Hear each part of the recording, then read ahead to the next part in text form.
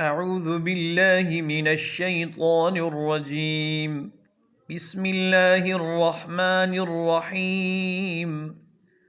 فسبحان الله حين تمسون وحين تصبحون وله الحمد في السماوات والأرض وعشيا وحين تظهرون يخرج الحي من الميت ويخرج الميت من الحي ويحيي الأرض بعد موتها وكذلك تخرجون.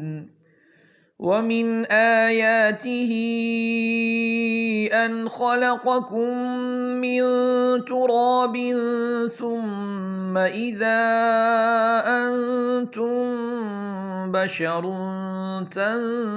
تنتشرون.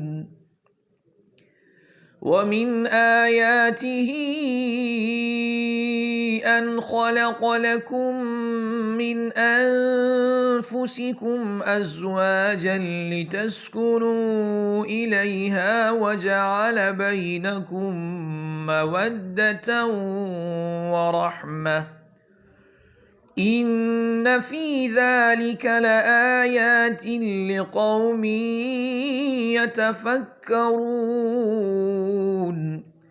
ومن آياته خلق السماوات والأرض واختلاف ألسنتكم وألوانكم إن في ذلك لآيات للعالمين. ومن آياته منامكم بالليل والنهار وابتغاؤكم من فضله إن في ذلك لآيات لقوم يسمعون. ومن آياته يريكم البرق خوفا وطمعا وينزل من السماء ماء فيحيي به الأرض بعد موتها